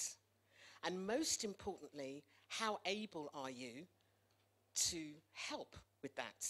And it doesn't mean you yourself in the church doing it, but your access and your relationships with other organisations that are affiliated with you that can help you to do it. Where can you refer people onto to help you to do that? That's what do you know about that, and how open are you for people to know that? But the other thing, of course, is, and I'm going to tell you a little bit about us in a minute, is the solution. But of course, one of the things that is important in relation to economic health of your communities is the level of entrepreneurship and the level of business ownership that there is in our communities. This is looking now at people in our churches who actually do have entrepreneurial flair. And we actually know that in our churches there is a very high level of entrepreneurship in the churches. Some of it's under the radar, but is actually there. But if we're really thinking about, if we're really interested in building the economic health of our community as a whole, there are the issues about dealing with poverty and exclusion, but there's the other side of that, it's about how do we build our wealth and how do we build our communities? Because actually, the strength, the economic health of our communities is about how much income and wealth that we have. It is not about spending power. Have you heard this thing about how much money black people spend? If you heard these, there have been some amazing figures around. And actually, the advertising agencies know all about our spending power because we actually do have spending power. They say that a black woman spends 6 times more than a white woman on her hair. That's true, yeah, but she doesn't earn 6 times more. She doesn't earn, she doesn't earn, what we know is she doesn't earn 6 times more. She spends 6 times more. So really, we're great consumers. Yeah, we consume, we're great consumers, but actually what we need to be more is providers of those services, providing, building businesses, providing jobs in our communities. So economic empowerment is linked to entrepreneurial success. Therefore, we must advance and strengthen the businesses that we have in our church. And tithing is very important too. It's no brainer. 10% of £10,000 a year, and as compared with 10% of £100,000 a year. For you leaders, it's simple, isn't it? Yeah? What's bringing them more in to our churches in relation to building it? That is how we build them. So that's something very important to us. And in terms of what we're doing in the credit union, we are encouraging entrepreneurial spirits. We're encouraging business ownership in our communities. And I'm going to finish now with just telling you a little bit about us and what we do. Next slide. I've talked about that. I think we can move that one on. Sorry. Right. So I just want to summarize what a credit union does, or what we do. We provide a financial solution based on self-help. We are community-owned and community-based solution. Our members, which are you, own the credit union. There are no fat cats creaming off profits. The profits are shared, go back to the members in an annual dividend. And actually, our credit union is one that has historically always paid a higher rate of dividend than other credit unions. And in fact, we compare very favourably with the interest that you can get on the high street in terms of instant access account for your savings. So we're a social framework as well as a financial one. We care about the economic well-being of each other. We are a means of ensuring that money is kept within the common bond community. This is really very, very important. The way that the money circulates, or the length of time that a money circulates in a community, tells you about the health of the community. There were some stats going around a couple of years ago. I tried to find the source of it. I don't know where the source of the research was, but it was something like, in different communities, the money stays longer. So I think they said in the Jewish community, the money circulated for 28 days before it went out. And in, I think it was the South Asian community, the money circulated for 21 days before it went out. And in the white community, it circulated for 17 days before it went out. But in black communities, how long did it circulate before it went out? 6 hours. 6 hours. 6 hours. 6 hours. And this is really, this is really important. And you see, the way that a credit union, the structure of a credit union, means that the money circulates in the community. People sometimes say to me, Elaine, shouldn't the credit union be a bank? No, we shouldn't be a bank. We should be a big credit union, because we can ensure that the money circulates in the community and we continue to serve the community. So, finally, why should you think about us? Or why could we be, how could we work with you with some of the challenges around financial exclusion and the building of wealth, economic health in your community? We can do lots around it. We are, first of all, we are a safe place for your money. Like all financial institutions, we're regulated. Okay? So you don't have to worry about that. We are regulated like your banks are by the Financial Conduct Authority and the Prudential Regulation Authority. So we do provide a safe place for your money. We provide Juliet, please. Yeah, sorry. So we provide workshops on financial, to come back to the Leanne situation, one of the things that we do, and we've been doing with churches, we've been going up and down the country, visiting churches for the past 18 months, providing financial capability workshops. And we have a concept called Money Wise, which is being money wise with your money. And our avatar for the money wise person is King Solomon. But it is a biblical construct, and I've got two scriptures here. And this is 2 Peter chapter 1, verses 5 to 7. Our money wise concept is based on this. Add to your faith goodness, and to goodness knowledge, and to knowledge self-control, and to self-control perseverance, and to perseverance godliness, and to godliness mutual affection, and to mutual affection love. And basically what that is about is understand yourself in your relationship with money, understand how to control your money, but recognize that there is more to life than money. Money is a means to an end and not an end in itself. Understand your role in your communities and in your churches around building your relationships in your churches and in your communities, in tithing and making it strong. And finally, the final thing, which is love and being part of the big community. The second scripture we have is for the Ecclesiastes 7:12, for the protection of wisdom is like the protection of money, and the advantage of knowledge is that wisdom preserves the life of him who has it. Finally, I'm just going to, have we just quickly, sorry, thank you. So, that's it. So, if you want to know more about us, you engage with us, we are on the website. You can find us at www.pcuuk.com. We are on Facebook. We are on Twitter. We have a fabulous YouTube channel, even if I say it myself, with about 39 videos, which tells you all about our work. We've got some stuff at the back there, some publications about us. Our telephone number is 0208 673 2542. Thank you very much. Thank you very much. We have had a really, really great afternoon. The questions and discussion, we've kind of had those during our conversations. You've heard some pretty amazing things. We've given some people a bit more time than we wanted to, but we felt that was important. The question is always, I would say to the students, so what? So what? What are the next steps? Well, we are going to suggest as NCLF 3 things. The first thing is about presence. You have turned up today because you thought this was important. There are going to be lots of other things in the community that you know you need to turn up at to make things happen. The second thing is for us to think about how you can become part of a prophetic community. A prophetic community is a simple one. You're simply speaking into your local situation, the things that you know are right and good, and the things that God will challenge you to actually speak about. And the third thing is about prayer. And before we end this meeting, we're going to have one of our leaders come and pray. Now, whether we do it 5 minutes, 50 minutes, every day at a certain time, it doesn't matter. But what prayer does, prayer tells us that we are totally dependent on God.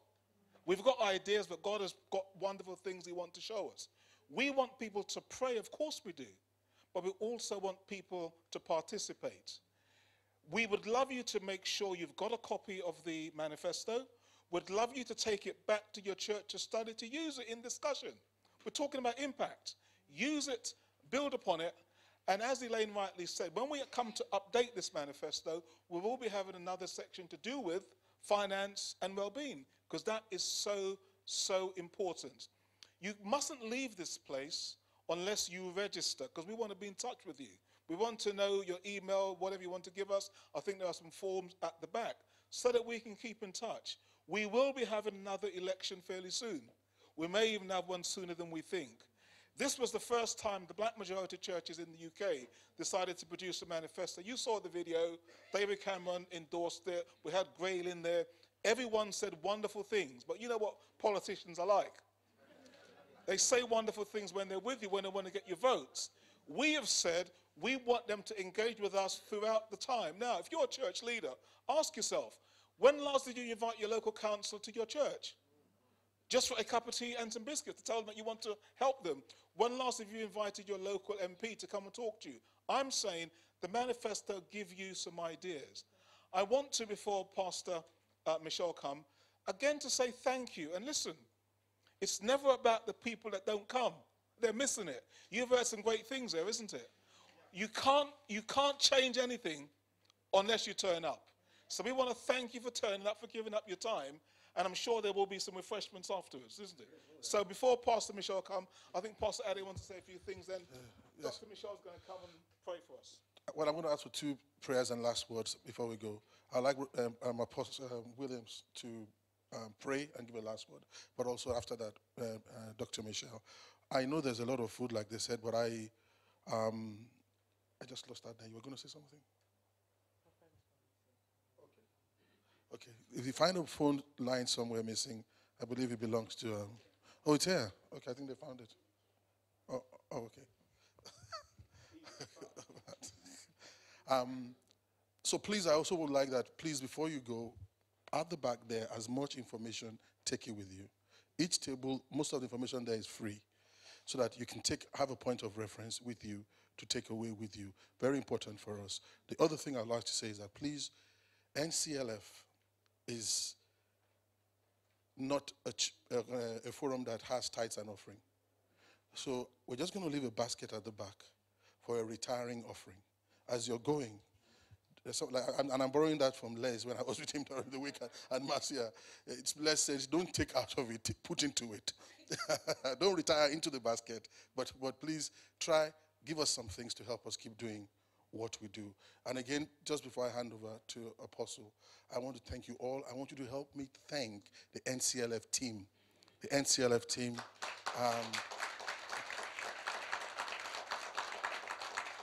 And those who are not, and myself, David Dion on that team, Celia Collins, who could not be here, Dr. Marcus Chilaka, who represents Redeem, Pastor Ago, also Joe Aldred of CTE as well, meant to be here. And I think, is that all of us? Yes, Juliet, obviously. Oh, what can I say about Juliet? Juliet does all the administration for this work. And if you look at the back of this paper, the meeting that we had and had all those leaders there was where Juliet stood up and said, I want to serve this voluntarily. And since that day till this day, she just does that. And I really appreciate it, because without her commitment, a lot of things will not happen. I really appreciate that from her. So thank you so much. I really want to have a last word from Apostle and to bless us. Very important, and prophetically as we go. And then Dr. Sacramento will give us the grace. Thank you. Well, we thank God for the expositions that we had through this period, but I'm sure that our hearts have been challenged in various ways. And also, I'm very sure that a good number of us has taken down some points of statement made which can trigger us into other things. I want to say that we should make sure we continue to contact the team, NCLF, and also support them, because I know that Pastor Moba and Dr. Moa, they've been fighting battle. I've been with Doctor to some strange places, in the government and stuff like that. You never know that they are doing all these things behind the button unless you are informed. But I believe very much that we need to keep on praying for them, and we need to give them our support every way that we can, financially. And I'm very, very sure that greater things will come out of this. I always say to my own members, and I think I can say it to you here, after righteousness, God expects, get involved in politics. If you are truly born again, after salvation, the next thing is politics. Because we sat back, other people took over. Now we are trying to recover, and that should stop. It is a mandatory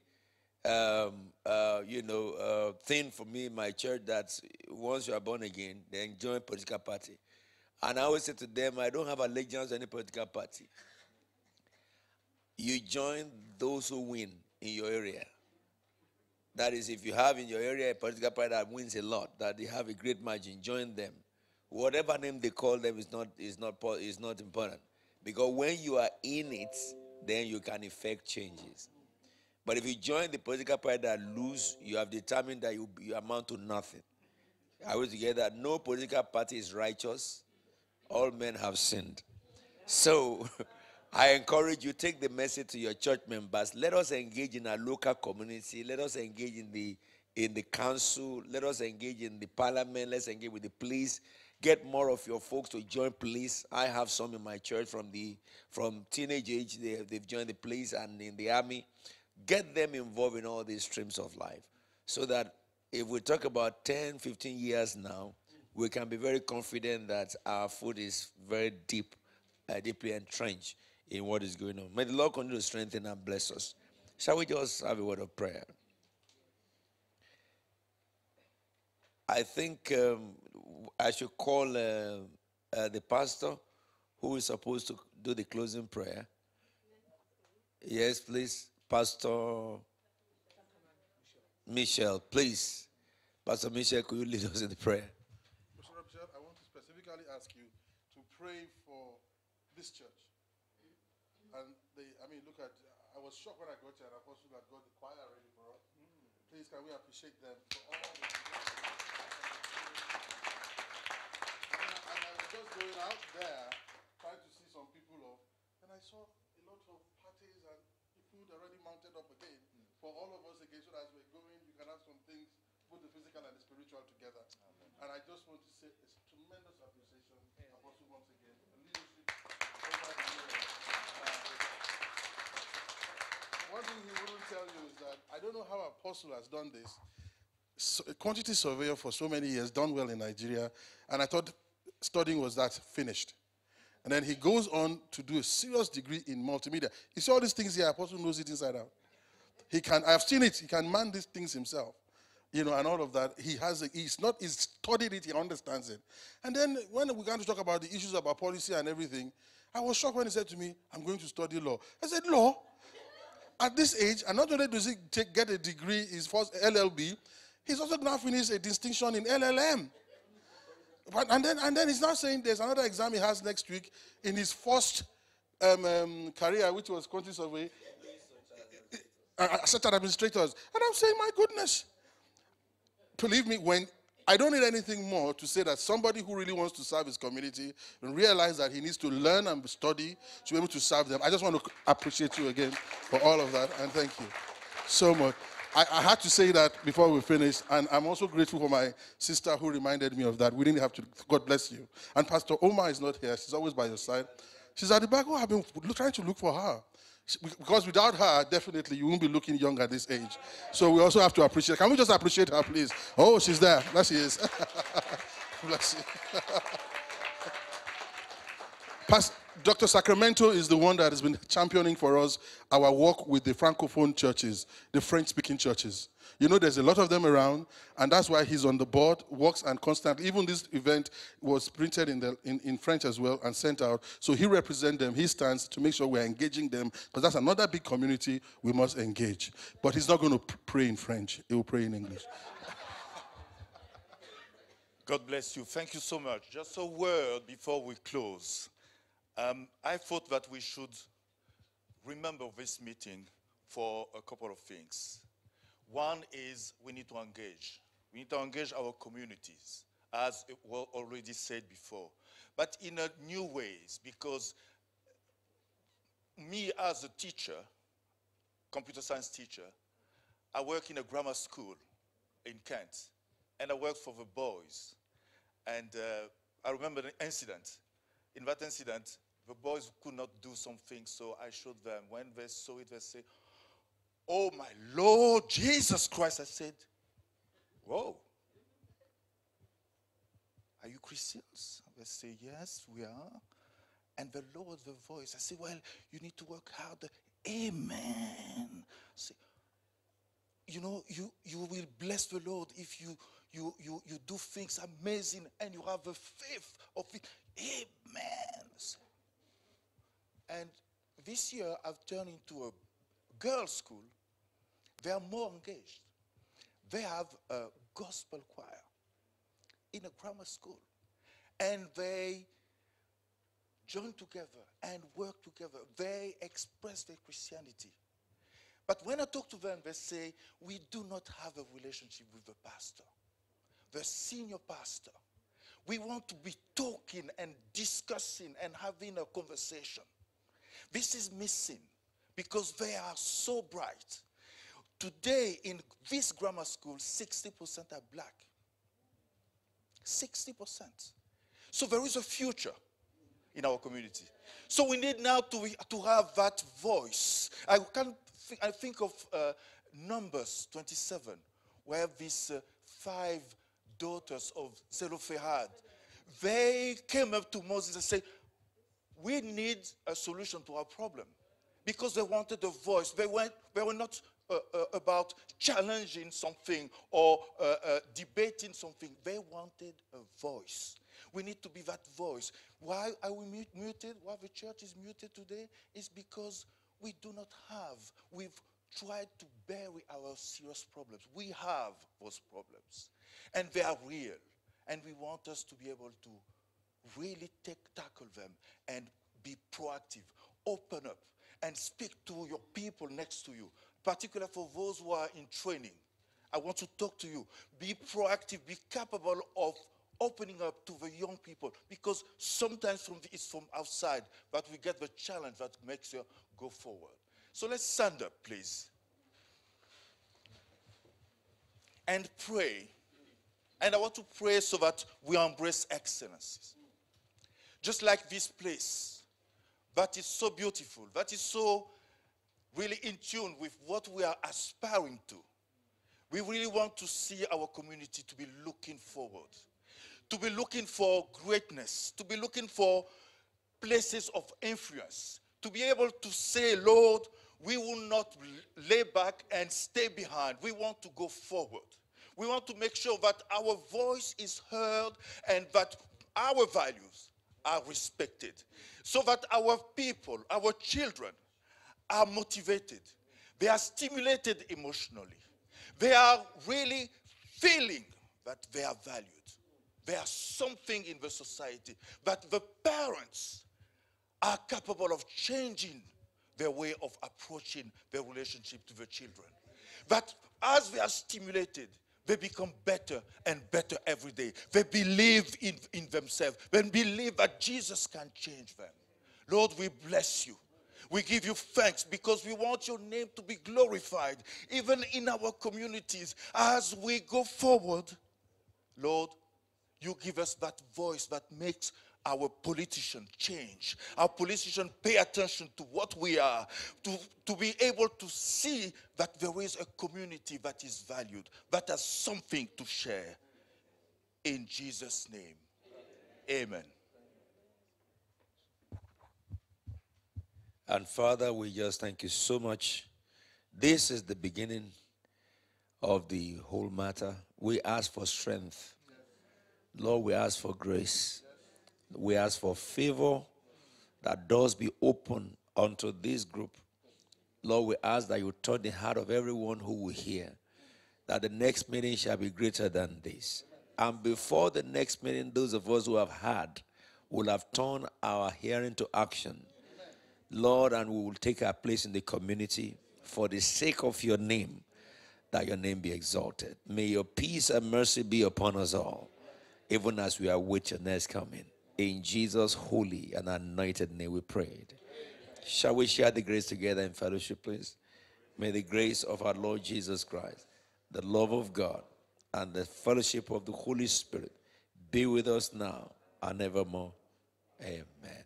Can I just say that if you are coming here for the first time, if you go to the up there, you can turn right. That's the gallery. You are free to walk around. If you want to go down, you can go into the sanctuary. If you want to pray, you are free to do that. Just feel at home. And please, whatever is given to you, the food there, please take them with love and